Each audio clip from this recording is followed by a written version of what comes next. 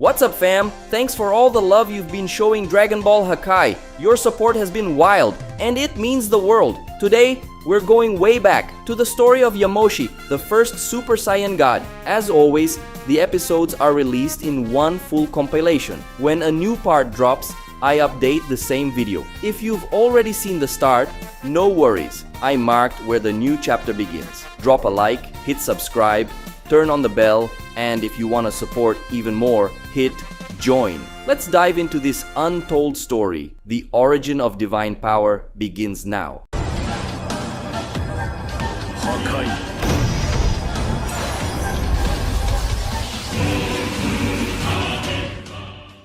Dragon Ball Hakai Special, The Story of Yamoshi. Chapter 1, The First Vegeta. Our story begins with a great battle taking place. From the looks of the warriors fighting, it's clear that they're all Saiyans. We see Saiyan men, Saiyan women, Saiyans dressed in mysterious outfits, and even some Saiyans who appear to be larger and stronger than the average. It is said that over 1,000 years ago, the Saiyan race of Universe 7 lived on their home planet, known as planet Sadala. At that time, there wasn't a single empire ruling the planet. Instead, 4 great Saiyan kingdoms each controlled a portion of it. In the panels depicting the battle, we can get a rough idea of who these groups are. We see Saiyans who are much bigger than average, practically giants. We also see female warriors. Some Saiyans look more like the typical kind, and others wear outfits that cover more of their bodies. It seems like an all-out battle is raging between them, with each group fighting for itself. Returning to the narration, we learn that the Eastern Kingdom was made up of the Giant Clan, a lineage of enormous Saiyans known for their immense strength and durability, though their numbers were small. In other words, they were a powerful people, but very few of them existed. In the main story of Dragon Ball Hakai, we met a guy named Verdon, the Giant of the East. Verdon was clearly much larger than the average Saiyan, and it's said that he was a descendant of the Giant Clan. In fact, he was the last remaining descendant. King Vegeta also mentioned the Giant Clan when talking to Bardock, saying that they were incredibly powerful warriors. He even mocked Verdon, saying that he was clearly much weaker than the legends claimed the giants were. It looks like these giants we're seeing now were Verdon's ancestors, but Verdon probably wasn't a pure-blooded giant, especially since there didn't seem to be any of these giants left. He probably had a giant ancestor and manifested those genes more intensely, which is why he was bigger and stronger than the average Saiyan. Keep in mind that it's said Verdon was at the top of the power scale among low-class Saiyans, meaning he was much stronger than most warriors on the planet. However, King Vegeta mentioned that most giants were comparable to mid-class warriors, and it wasn't uncommon for some to reach the high-class level. That's why he considered Verdon so weak. So there's already a connection between this special story and the main one. But let's keep going. The Western Kingdom was composed entirely of female Saiyans who were highly skilled and deadly warriors. The Southern Kingdom was led by an infamous clan that, unlike the rest of the Saiyan race, used sorcery. Meanwhile, the Northern Kingdom was made up of warriors who weren't too different from the norm but possessed great honor and determination. And just a quick side note, it's also mentioned in Dragon Ball Hakai that in the past, there were Saiyans who used sorcery. This comment definitely refers to the clan that led the Southern Kingdom. Additionally, it's stated here that they are infamous, meaning their practices weren't well regarded. Even King Vegeta himself, when talking to Goku in the main story, mentions that he despises that kind of thing. So, there's another connection here. Now moving on, the Eastern Kingdom, the Kingdom of Giants, was ruled by War Chief Brokkon, the Slayer of 1,000. This guy was known for his immense strength and resilience, as well as for an incredible feat, single-handedly facing and killing a troop of 1,000 enemies. In the middle of the battlefield, a silhouette emerges. This silhouette belongs to a fierce-looking woman holding the head of an opponent. This woman is Aspa, the Bloody Beauty. She is the war lady of the Western Kingdom, known for being a stunning yet lethal warrior, often having her body drenched in the blood of her enemies. Looks like this woman has a unique kind of skincare, huh? Aspa shows just how ruthless she is, proudly displaying her enemy's severed head like a true trophy. The Supreme Lord of the Southern Kingdom is the infamous Zukran, the Reaper, said to have taken countless lives with his treacherous spells. And now we see someone we already know well. While this guy is surrounded by enemies, it's stated that the Northern Kingdom is led by a newly appointed leader named Yamoshi, a prodigious warrior who, since taking the title of Protector of the North, has been leading his kingdom to victory in the war. That's because he possesses immense power and is also a great leader. Seeing himself surrounded, Yamoshi begins to scream, concentrating his power. As his ki explodes, the warriors encircling him are wiped out of existence and a massive ki explosion erupts. Right after that, a distinctive aura is seen surrounding Yamoshi, and now he also appears quite different. Both his eyes and his hair have taken on lighter tones. The leader of the Eastern Kingdom is War Chief Brokon, the Slayer of 1,000. The leader of the Western Kingdom is War Lady Aspa, the Bloody Beauty. The leader of the Southern Kingdom is Supreme Lord Zukran, the Reaper. And the leader of the Northern Kingdom is Protector of the North Yamoshi, known as the Super Saiyan. Unleashing his transformation, which has just multiplied his power dozens of times over, the Super Saiyan charges through the enemy troops, sending everyone flying. With a fierce gaze and a war cry, he prepares a punch, undoubtedly aiming at someone. Yamoshi's target is Brokon, the Slayer of 1,000, who smirks and accepts the Northern leader's challenge, saying he wants to see the power of this so-called Super Saiyan. The two clash fists, generating a massive explosion of impact and energy across the battlefield. And the one who loses this struggle is the War Chief of the Giants, who is sent flying, now missing half of his arm, which was simply obliterated upon impact with Yamoshi's fist. Brokon is immediately knocked out from the blow and is quickly attended to by his comrades, who are clearly both worried and frustrated, seeing their leader fallen and missing a part of his arm. As soon as Brokon falls, Aspa rushes in to face Yamoshi. The War Lady of the Western Kingdom launches a flurry of attacks. She puts everything she has into her assault on the Super Saiyan, striking with all the strength, speed, skill, and precision she can muster. Even so, for Yamoshi, dodging Aspa's attacks seems like the easiest thing in the world. She realizes this and curses the situation. Yamoshi counters with a backhand slap, striking the Western leader in the face with the back of his hand. With just that simple blow, she's sent flying, already incapable of continuing the fight. Aspa's battle sisters are in shock, watching their leader be defeated so effortlessly. But the one who truly takes advantage of this opportunity is the Supreme Lord of the Southern Kingdom, Zukran, who uses his magic to ensnare Yamoshi with a magical bind that seems to cause him pain. Zukran thanks the Northern Protector for helping him deal with those two, who probably would have given him a lot of trouble. Now he's going to get rid of Yamoshi as well and win this war. But Yamoshi shows Zukran that underestimating the Super Saiyan is a big mistake. Raising his ki, he shatters the sorcerer's magical bind, completely shocking Zukran. Then Yamoshi moves at a speed the Southern leader can't keep up with, instantly appearing right in front of him with his hand pointed straight at his face, ready to blow Zukran's head off if necessary. Yamoshi tells Zukran that his magic is nothing against his power and orders him to surrender or die. The Reaper doesn't want to have his own life reaped today, so all he can do is lower his head and accept defeat, saying that he surrenders. After Yamoshi transforms into a Super Saiyan and defeats the leaders of the other 3 kingdoms on planet Sadala, he is declared the new Saiyan King. From now on, the Saiyan peoples of Sadala would no longer be divided into 4 kingdoms, but instead united into a single kingdom, ruled by the great Super Saiyan warrior. Because of his kind heart, and also as a political strategy, Yamoshi decides to spare the other leaders and even grant them leadership positions in his government. By doing so, Yamoshi is able to more easily gain the affection and trust of the other Saiyan peoples, since he is welcoming into his inner circle the very leaders they trusted and followed. After becoming the king of all Saiyan peoples, Yamoshi decides to abandon his birth name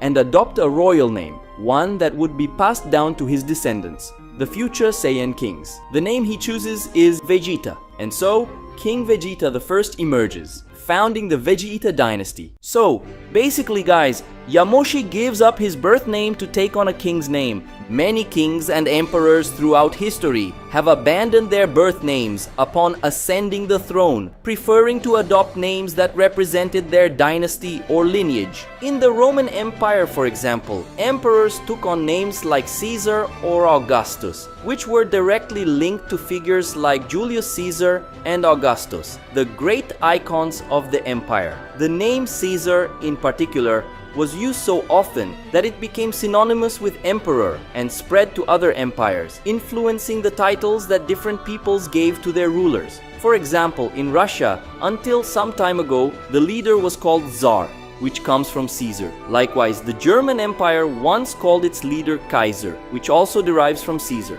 But anyway, this practice of changing one's name upon becoming king wasn't exclusive to the Romans. In Egypt, many pharaohs changed their names when ascending the throne. In China, emperors also adopted special names like Kangxi or Qianlong, which symbolized not just their reign, but also a new era or cycle for the empire. In France and England, it was common for kings to choose names from older dynasties. This kind of name change helped solidify a king's or emperor's power, showing that they were part of something greater and more enduring than just an individual figure. And in Dragon Ball, the same concept applies, since there apparently existed a lineage of Saiyan kings named Vegeta, with the Vegeta we know being the fourth in that line, as his full name is Vegeta the Fourth. Anyway, I just wanted to share this Dragon Ball trivia with you guys and its connection to real life. A few years later, thanks to the unity of all Saiyan peoples and the competent rule of King Vegeta I, planet Sadala was able to prosper like never before. And in fact, we can already see some signs of technology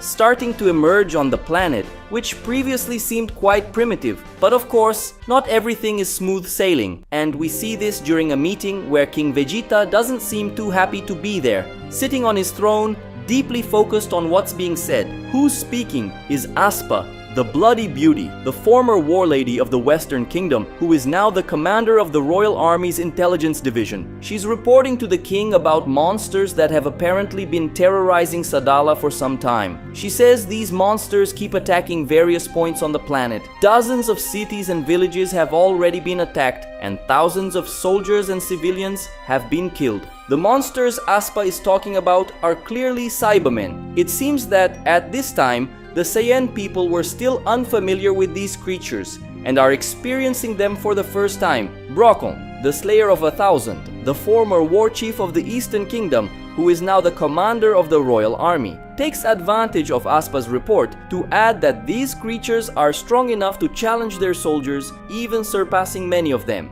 Despite the difficulties, the army manages to eliminate these groups, but the real problem is that they keep appearing in a way no one can explain. It's as if these creatures are sprouting out of nowhere to attack. And since the army can't predict their random assaults, they can't react before suffering significant losses. The king becomes curious at the use of the word sprouting. Maybe he's getting an idea, or perhaps he's just reflecting on the challenge of dealing with enemies that simply sprout out of nowhere. Now, the one speaking is Zukran, the Reaper, the former Supreme Lord of the Southern Kingdom, who is now the commander of the Royal Army's Engineering Division. Zukran says that the Engineering Division's expenses are extremely high, and his division will need more funding to continue rebuilding the zones destroyed by the monster attacks. The king sighs and simply agrees. Sometime later, after the meeting, Commander Zukran is walking through the palace. He heads to his bedroom, and once he gets there, he lets out a grin he seemed to have been holding back for a while. After that, he grabs a device from inside a drawer in his room's furniture, and by pressing a button on the device, he contacts someone via hologram, a woman who, judging by her pointed ears, appears to be a Majin. The woman seems a bit surprised that Zukran is reaching out. She didn't seem to expect him to contact her again so soon. She comments that he got in touch faster this time, which suggests they've spoken before and that he usually took longer to reach out. Zukran informs her that the king has just approved more funding for his division and that, as usual, he will siphon off part of the money to buy more Saibaman seeds. But this time, Zukran wants a much larger quantity, enough to create a small army. The Majin woman seems intrigued by his request, and asks if he can really afford it. She warns him that since she has already secured so many seeds for him, they're starting to run low, so she'll have to charge more for each one this time. It's just the law of supply and demand, right? If supply is low and demand is high, the price goes up. But it seems like Zukran isn't stingy, and he tells her not to worry about that, just bring him what he's asking for. Besides, he also wants those special bugs she mentioned last time. The Majin woman tells him not to worry, she'll bring everything. As soon as the call ends, Zukran can't contain his excitement, saying that the king won't see it coming. In other words, guys, Zukran is one hell of a corrupt scumbag. As we saw in Dragon Ball Daima, it turns out that the Cybermen actually originate from the demon realm, and if you look at their pointed ears, that becomes even more evident. This Majin woman is getting the Cyberman seeds from the demon realm and smuggling them to Zukran, and Zukran in turn is using the Cybermen to wreak havoc on Sadala, destroying cities and villages. Since he's the leader of the engineering division, it's his division's job to rebuild whatever gets destroyed. So whenever something is destroyed, the king provides funding for his division, and Zukran uses part of that money to buy more seeds and cause even more destruction. Basically, the more destruction the Cybermen cause on the planet, the more money Zukran gets, making the king's life even harder, all while securing resources for his eventual grab for power. And as for those special bugs he mentioned, he's probably referring to the meaty bugs that exist in the demon realm. But which ones exactly? A few days later, Zukran has yet another of the many meetings he's already had with the supplier of Cyberman seeds. This meeting, which probably follows the same pattern as the others, takes place in the middle of a desert, where there's no one around to witness the betrayal. Zukran arrives in an airplane from the planet, while the smuggler shows up in a ship typical of the demon realm. The smuggler from the demon realm, named Dema, steps out of the ship through a ramp that was just lowered onto the desert floor, already showing 2 full sacks, presumably filled with Cyberman seeds. Judging by their previous conversation, these sacks probably hold enough to wreak havoc across the Saiyan cities. Dema comments again that Zukran ordered a lot this time and asks if he's really going to be able to pay. Zukran walks up to her, answering yes. The more destruction those little monsters cause, the more money the king gives to his division to rebuild villages and cities, so the more money he can divert to make new purchases from her. Obviously, he can't slack off on the reconstruction of the major cities, or the king would notice. But no one will care if a poor village or two doesn't get rebuilt as well as it should. Dema says Zukran is really wicked for leaving those poor folks in misery, just to buy more of the very creatures that destroy them. But she doesn't say it with a look of contempt or pity. She says it with a look like she finds it all amusing. Zukran justifies the wickedness by saying it's a necessary evil, but he also says this situation won't last much longer. The king's popularity is dropping fast due to all the destruction caused by the Cybermen and the crown's failure to deal with them. At this point, both public opinion and many within the army are starting to question King Vegeta's ability to rule. Zukran believes that one more massive Cybermen attack, strong enough to cause major casualties and destruction, could be enough to get the king deposed. And when that happens, he, who has secretly gained the support of many in the army, will take over. But Zukran is eager to see the goods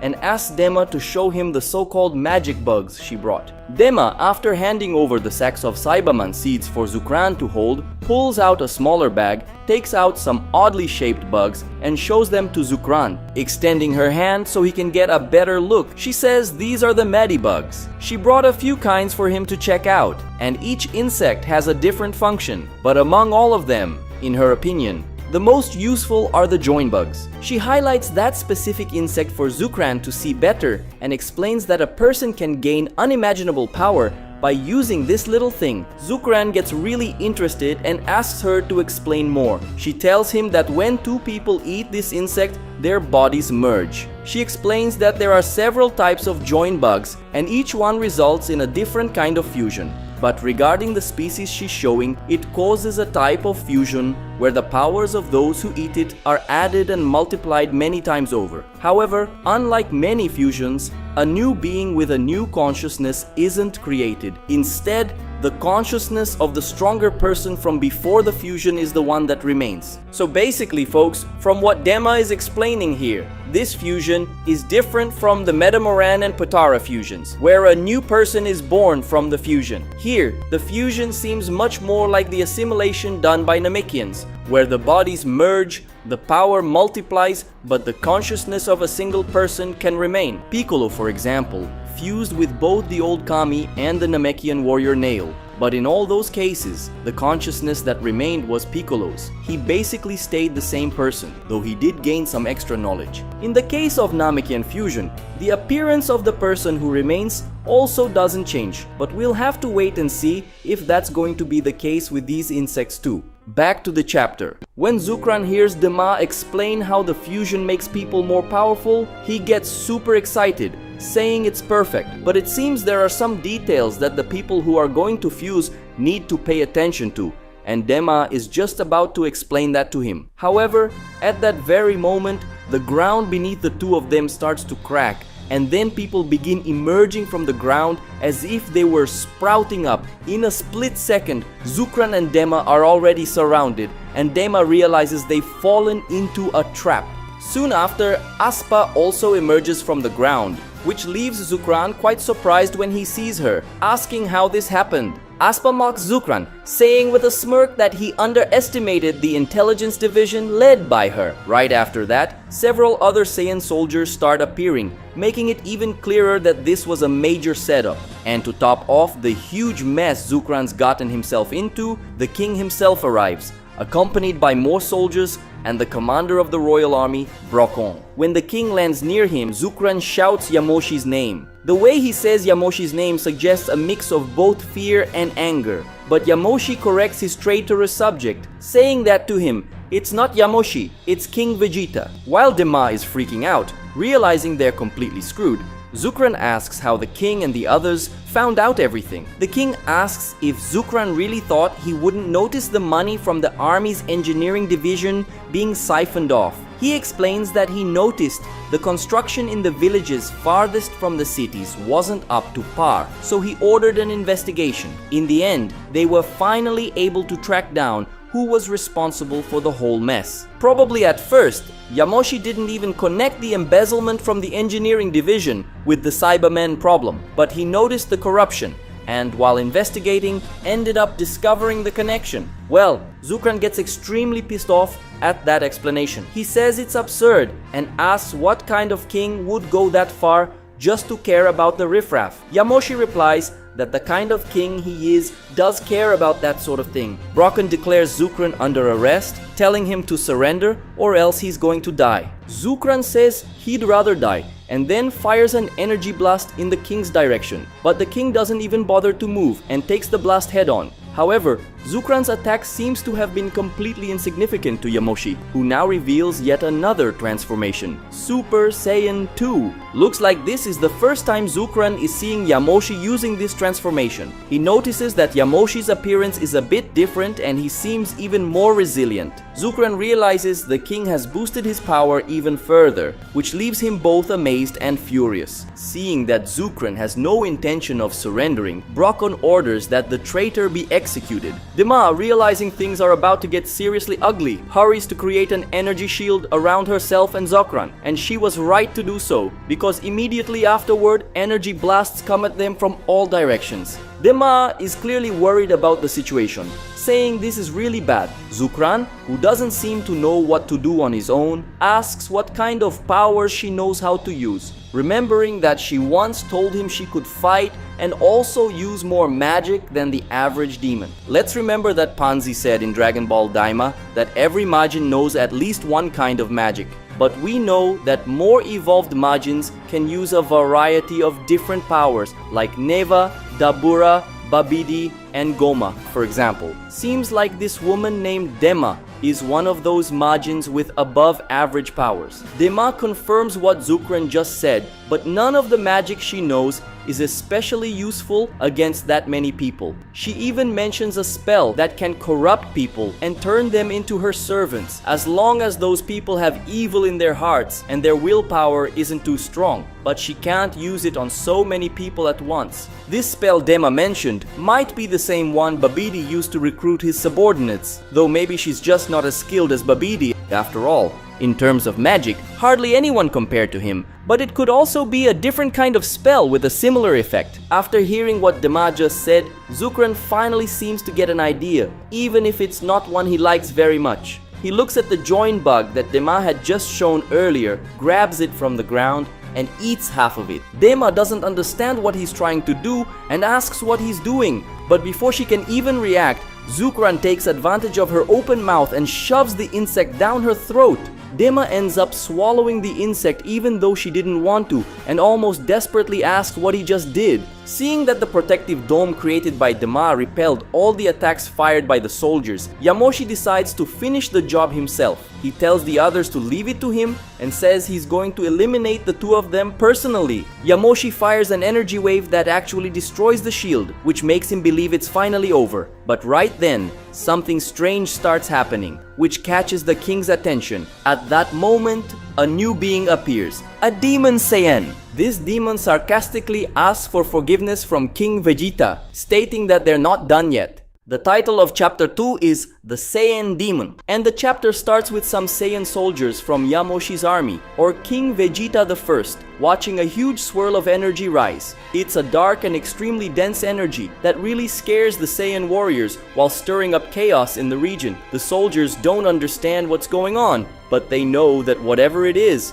it's definitely not good. And in the middle of all that swirling energy, a new person appears, a being never seen before, but with a very familiar look. This being that's just been born is the result of the fusion between the Saiyan Zukran and the demon Dema. This being is a Saiyan demon. Aspa is very confused and asks the king what happened to Zukran and that other person who was with him. Of course, Yamoshi doesn't really understand much either, since he probably never saw anything like this happen before and probably isn't familiar with the concept of fusions. But he manages to roughly figure out what happened and replies to Aspa saying it seems that Zukran's body and that woman's body merged, and not only their bodies, but their powers too. Yamoshi notices that the power Zukran is giving off now is incomparably greater than before, and he says this with concern, which means Zukran's power may have increased to the point of becoming a threat even to Yamoshi in Super Saiyan 2, who currently has his normal power multiplied about 100 times. Zukran addresses the king and with great satisfaction raises his hands and starts releasing a strange energy while telling Yamoshi to watch his soldiers become his. Zukran extends his hands and starts spreading that strange energy around, and it spreads like a sort of dust that quickly reaches everyone nearby. The moment that dark energy starts spreading, everyone around starts feeling strange, like something really bad is happening. It doesn't take long before everyone starts feeling extremely unwell. They start collapsing, screaming, and writhing. Some seem to be feeling pain in their bones or muscles. Others look like they're choking. Others seem to be going insane. But what they all have in common is that none of them are doing well. But among everyone, King Vegeta stands strong, the only one still on his feet among the fallen warriors. But you can see that even the king isn't doing all that well, and he seems to be feeling some level of discomfort too. Brocken starts putting into words what's happening. In terrible shape,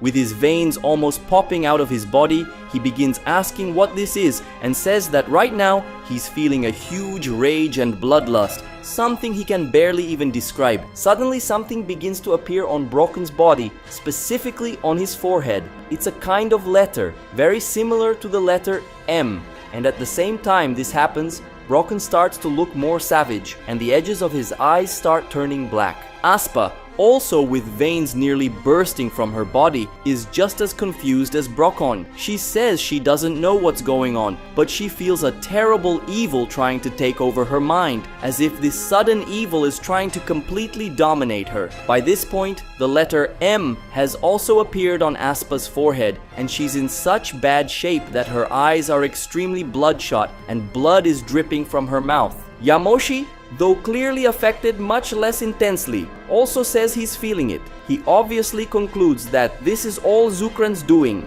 that he's trying to take over their minds through some kind of spell. But the king is determined not to let something like that happen. And so he begins to release his ki with great intensity, shouting as he pushes the flaming electric aura of Super Saiyan 2 even higher. Yamoshi shouts that he won't allow himself to be dominated, and at the same time he shouts this, the strange energy released by Zukran begins to be pushed away from him. In the end, the great pride, determination, and power of King Vegeta I prevailed against the magic of the Saiyan demon. No one can bend the pride and determination of a Vegeta like that. This leaves Zukran very surprised, hardly believing that Yamoshi managed to resist his domination. Yamoshi turns to his commanders, Brokkon and Aspa, telling them to resist too. To resist, they need to release their powers and strength of spirit. Brokkon, the slayer of 1,000, and Aspa, the bloody beauty, prove that they are truly worthy of being commanders of the Saiyan army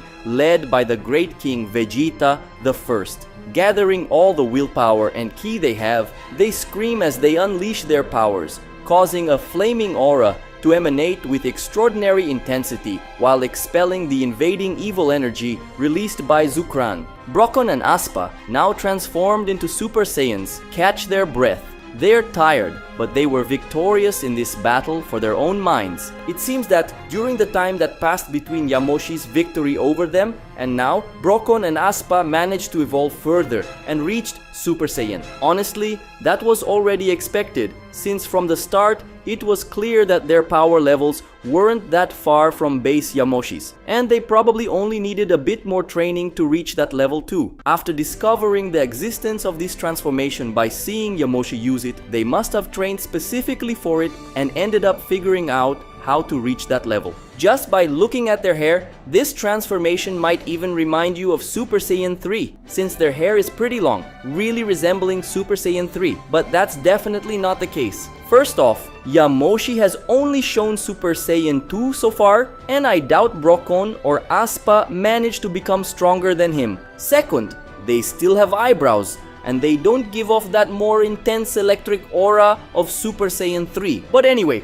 comment what you thought of Brokkon and Aspa's Super Saiyan designs. I personally thought they looked super cool. And about this magic from Zukran, it's clearly the same spell Babidi used to get his henchmen. As mentioned before, Dema, the Majin who fused with Zukran, knew a lot of spells, and she even mentioned a spell that can control people's minds. It seems like she really was talking about the same spell Babidi used. The problem is, Dema didn't have enough power or skill to use that spell on many people at once. But now that she's fused with Zukran, the fusion's increased power and abilities allowed her to use that magic on a larger number of people. Plus, Zukran, besides being a Saiyan warrior, was already a skilled sorcerer too, and that definitely helped. After seeing that Brokkon and Aspa broke free from his mind control by transforming into Super Saiyans, Zukran comments in surprise about them managing to transform, and he gets irritated about it, saying that no matter how much he's worked hard all this time, they're still way ahead of him. Probably, in all the years since Yamoshi became king,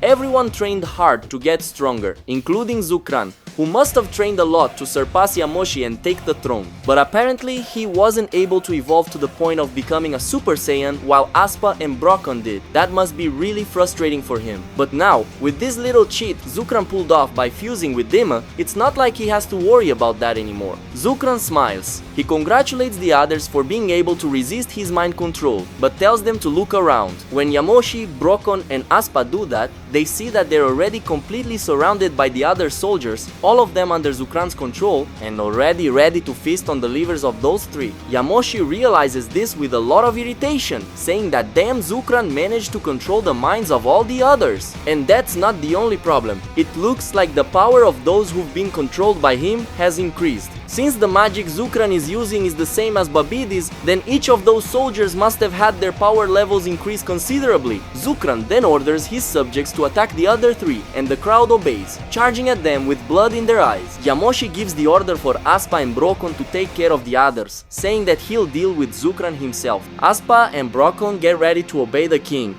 unleashing their fiery auras with intensity. Brokkon, in full-on tank mode, plows through a bunch of soldiers like a bowling ball knocking down pins. Meanwhile, Appa rushes at a bigger warrior and lands a flying kick right on him. Yamoshi goes for Zukran, charging at the Demon Saiyan and already going all in with his attacks. But Zukran dodges Yamoshi's strike with ease and even mocks him, saying that Yamoshi is way too slow. That pisses Yamoshi off and makes the king release even more of his power, now definitely going all out against Zukran. But to his frustration, Zukran keeps dodging all his attacks with ridiculous ease. There comes a moment when Zukran doesn't even bother dodging anymore and just decides to catch one of Yamoshi's punches, and to Yamoshi's shock, his punch gets caught with ridiculous ease too, with just one hand. And of course, Zukran doesn't miss the chance to mock Yamoshi again, this time saying that besides being slow, he's also weak. But now Zukran decides to stop playing defense and go on the offensive, landing a massive uppercut on Yamoshi so strong that it knocks out two of the king's teeth and sends him flying into the sky. After launching Yamoshi into the air, Zukran points his hand at him and starts using his magic. He uses that same energy whip he tried to use against Yamoshi back in the battle between the four kingdoms. Wrapping Yamoshi's ankle with the whip, Zukran yanks him back down, slamming him hard into the ground. Now, with the king lying before him, Zukran raises his other hand, now using his magical power to summon a demonic energy claw, which even closely resembles the energy claw used by Cumber from Dragon Ball Heroes. Zukran hurls his energy claw at Yamoshi, brutally impaling him into the ground, making Yamoshi hallucinate from the pain. When Brokkon sees this, he's absolutely shocked and definitely very worried about his king. At that moment, Brokkon is surrounded by several soldiers trying to hold him back, but Brokkon gets rid of them in an instant by releasing his energy aura, blasting everyone away like they were a bunch of dolls. After dealing with the other soldiers, Brokkon charges at Zukran without any fear, ready to defend his king. Yamoshi, who now doesn't even have the strength to get up, tries to tell Brokkon not to do it, but the king is already so weak that his voice barely comes out. Zukran's attack definitely pierced Yamoshi's lungs, and the result of that kind of lung puncture is massive internal bleeding that spreads through the airways, clogging the throat, for example, and making it hard to speak. Not to mention the lack of air also messes with speech. On top of that, an attack that pierced that deep probably also hit Yamoshi's spine, keeping him from being able to move. In other words, it looks like the king is really finding himself completely incapacitated now. Brokkon charges in with full force to land a punch at Zukran, who gets ready to take his attack. The clash between the two creates an explosion around them, showing the sheer power being used. But the one who lost this clash was the Slayer of 1,000, whose punch was stopped by just one hand of the Saiyan demon sorcerer. Then, using the same hand he used to block Brokkon's punch, Zukran blasts Brokkon's arm at point-blank range. Having just lost his last remaining arm, Brokkon can do nothing but scream in pain. And now Zukran finishes the job. He starts levitating to get right up in the giant's face, points his hand at him, and then fires off another energy wave at point-blank range. With that attack, Zukran destroys Brokkon's entire upper body, leaving only the legs of the 1,000 Slayer behind. A truly humiliating end for someone once considered a legendary warrior. Yamoshi, watching one of his most trusted commanders and subordinates die like that, is in agony trying to do something, but he can't. He's completely incapacitated. Right after Brokkon falls, someone else yells out for Zukran, who turns to look. It's Appa, who has just defeated all the other soldiers, and now her final opponent is none other than Zukran himself. When Yamoshi sees that Appa is about to attack Zukran too, he becomes even more desperate and tries to shout something at her, probably trying to tell Appa not to fight and to flee instead. But nothing comes out of Yamoshi's mouth except blood and choking sounds. Appa gathers all her power and launches herself at Zukran, rushing at the traitorous enemy like a flaming golden rocket. But Zukran is truly on another level now. With a simple flick of his finger, he sends out a small but powerful burst of air pressure. The problem is, Zukran is so strong that even that tiny burst of air from his finger is stronger than a bullet. It hits Appa and blows out her stomach and back, knocking the bloody beauty to the ground. Yamoshi becomes even more desperate, and as Zukran walks past the fallen Appa, the king chokes on his tears, trying to say something, but unable to. After passing Aspa, Zukran walks toward Yamoshi. He mocks him, saying that King Vegeta is having a very sad end to his reign. Zukran recalls how Yamoshi once believed this dynasty would last for millennia, but in the end it only lasted a few years and had only one king. At that moment, Yamoshi's heart is filled with hatred as intense as his sorrow, and the result is an expression of pure rage on his face,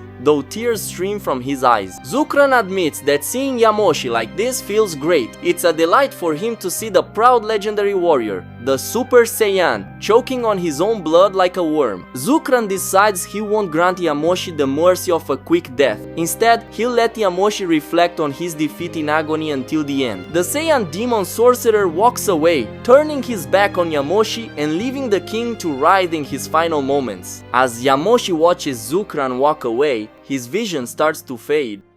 Just as the traitor Zukran wanted, King Vegeta I, Yamoshi, died in agony, bleeding and suffering on the battlefield, crying over his fallen comrades and his shameful defeat. After his death, Yamoshi goes to the other world, and because of his great power, which undoubtedly far surpasses the average of mortals in Universe 7, he is sent to the planet of the Grand Kai. And to Yamoshi's joy, his great companions, Brocco and Aspa, were also sent there, which makes sense, since they are also great warriors. There on the Grand Kai's planet, the three companions reunite, and they are very happy about it. Yamoshi, Brocco, and Aspa discover that there are many powerful warriors among the dead, and they end up spending their time immersed in countless training sessions and battles. Despite everything that happened to them in life, and the fact that they died in such a brutal way, the three of them end up finding peace in the other world, living what would be the closest thing to a version of paradise for Saiyan warriors. And so, their hearts were at peace for over 1,000 years. But that was about to change when a figure arrived in the other world who caught Yamoshi's attention. This figure was an old Namekian, whom Yamoshi eventually approached. A few weeks after this old Namekian arrived, Yamoshi ended up becoming friends with him. This old Namekian's name was Neza. Through Neza, Yamoshi ended up learning what had happened to the Saiyans during the time he had been dead. Yamoshi is deeply shocked when he hears from Neza that the people of Sadala are attacking other planets across the universe and enslaving other peoples. He questions Neza about this indignantly. Neza confirms it and says that his planet, called Napal, was attacked by the Saiyans. He says that even with the Namekians joining forces with the other races that lived on Napal, they were no match and ended up being defeated. Neza recounts that most of Napal's inhabitants were killed, but some were taken to Sadala, where they began living as slaves. Yamoshi becomes furious when he finds this out and asks who the king of Sadala is now. Neza says that the name of the planet's king is Zukran,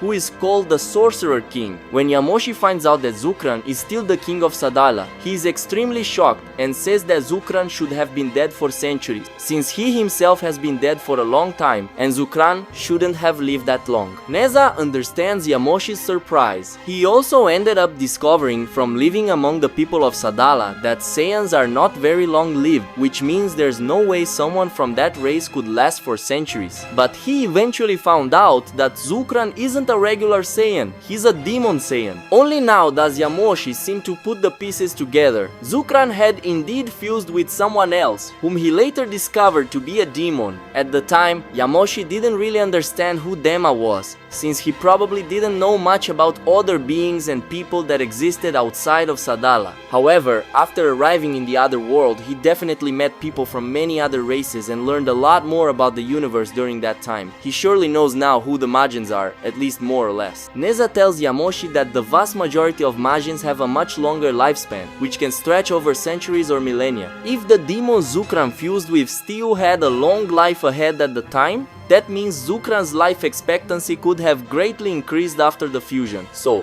for example, if we assume the fusion added up the lifespans of Zukran and Dema, and let's say Dema had 10,000 years of life left and Zukran had 100 years, that would mean the new Zukran, the result of the fusion, would have 10,100 years of life. And even if their life expectancy wasn't added but instead averaged out, Zukran would still end up with over 5,000 years of life. And here I'm assuming Dema had 10,000 years of life, which is relatively low, since there are Majin races that can live tens or even hundreds of thousands of years. Well, it's only now that Yamoshi realizes this issue of Zukran's extremely prolonged lifespan, and he becomes very angry about it, since he thought Zukran had already died and had been suffering in hell for a long time. Neza continues telling his story. He recounts that while he was living in Sadala, he saw most of his fellow Nepal survivors die, either from the extreme labor or from the limitless cruelty of the Sadala people. The Saiyans' wickedness was so great that most of Nepal's inhabitants couldn't bear it and ended up dying shortly thereafter. Yamoshi explains to Neza that all this excessive evil from the Saiyans is because of Zukran's magic. He doesn't deny the aggressive warrior nature of the Saiyans,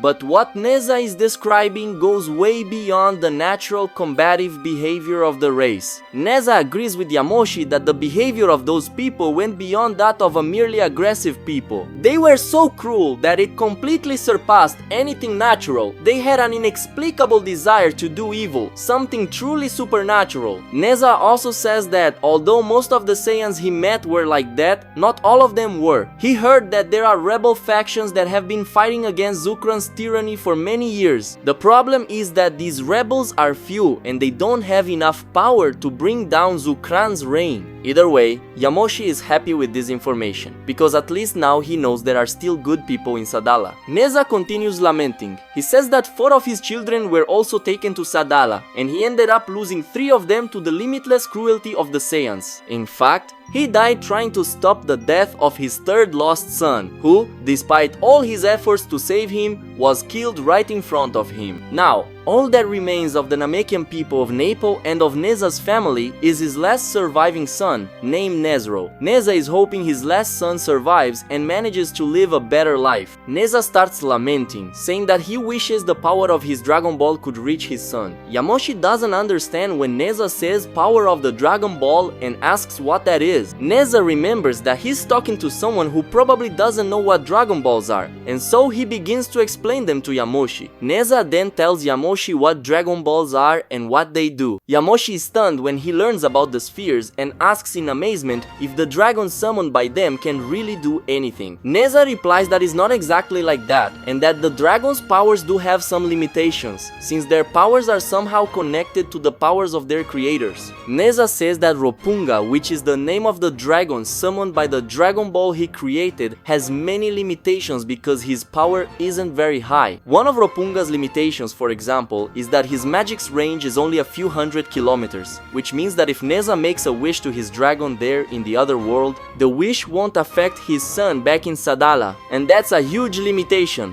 since we've seen wish-granting dragons use magic that can affect even other planets or the other world. Meanwhile, Neza's dragon has a range of only a few hundred kilometers, which is about the size of a small city. But Yamoshi ends up focusing on the other part of Neza's statement, where he says, make the wish here. Yamoshi then asks if Neza has his sphere with him. Neza replies that yes, and shows his sphere to Yamoshi. He was only able to create one sphere, and it's quite small. Neza explains that during the attack on Nepal, when he saw that the planet's population would be defeated and taken as prisoners, he swallowed the sphere to take it with him. Yamoshi takes a look at the sphere and says it's beautiful. Then he asks why Neza didn't use it to escape from Nepal with his children and his people. Neza explains that it's because once Dragon Balls are used, they can't be used again for a while. They need a recovery period. The time varies, and in his sphere's case, recovery takes 8 months. A little before the attack on Nepal happened, Neza had lent his sphere to people in a village that was suffering from a serious disease. Since the people in that village were good folks, he lent them the sphere so they could be healed by the dragon's magic. The problem is that the attack happened shortly after, and they weren't able to use the dragon's power to help. Neza swallowed the sphere so he could safely take it from Nepal, and he was waiting for the sphere to recover so he could use it in Sadala. The problem is that he ended up dying before that. Neza says that usually, when the creator of the Dragon Balls dies, the spheres can no longer be used, but in his case, the sphere still works even after his death. probably because it was inside him and came along with him to this world. Neza admits he didn't expect that, but it was a lucky coincidence. Neza says that he's been able to use his sphere since yesterday. Yamoshi asks why he hasn't used it then. Neza replies that he simply doesn't know how to use its powers. Neza says that since he's in this world, the dragon's magic won't reach Sadala. He could wish to be resurrected, but even if he came back to life and went to Sadala, he wouldn't be able to do much because he is very weak. And since the dragon's power is limited, even if he wished to become stronger, he wouldn't become powerful enough to do anything against Zukran and his army. After saying all this, Neza swallows nervously, and that's when he finally reveals the reason he approached Yamoshi and is telling him all this. The truth is, he wants Yamoshi's help. Yamoshi is, of course, surprised by this. Neza reveals that he only asked to be sent to this planet specifically to find strong people who could help him. In the weeks he's been in this world, he's observed Yamoshi fight, and he knows that Yamoshi and his friends are very strong. On top of that, he noticed that they're nothing like those evil Saiyans serving Zukran. Neza then gets down on his knees and begs Yamoshi to agree to be brought back to life along with his friends and go to Sadala to rescue his son. As soon as he hears that, Yamoshi smiles right away. He says Neza doesn't even have to ask. Yamoshi quickly agrees and promises Neza that he'll return to Sadala with his companions, give Zukran what he deserves and save all the good Saiyans and the people who are being enslaved on the planet. When Neza hears this, he lights up with joy and thanks Yamoshi with a huge hopeful smile on his face. And this is where I'll stop this part of Dragon Ball Hakai special, the story of Yamoshi. In the next part, we'll wrap up the second chapter of the story, alright? And I've got some good news for you. A lot of people have been missing the main story of Dragon Ball Hakai. So, with that in mind, we've decided to bring the next chapter of the main story as soon as this second chapter ends. In other words, after the next video, which will bring the final part of chapter 2 of this side story, we're going to release the next chapter of the Dragon Ball Hakai main story, continuing with Goku's adventure with his parents in the past, Vegeta's fight against Broly, and the journey of Gohan, Majin Buu, Piccolo, and Oob in the Celestial World. So go ahead and leave a like on this video, subscribe to the channel, and share this video with a friend you think might enjoy Dragon Ball Hakai, alright? Just a reminder, this story will only continue here on the channel if the Dragon Ball Hakai videos get a good number of views, so your support really is super important. And those of you who follow the channel know that we're going through a tough time and even the future of Dragon Ball Hakai is at stake. If you're a fan of this story and want to see it continue on the channel, consider subscribing to our Patreon. Starting from a very small amount, you'll already be helping us a lot and will also get access to some exclusive channel benefits. Click the link in the video description and in the pinned comment to learn more, alright? That's it guys, big hug to all of you and see you in the next video.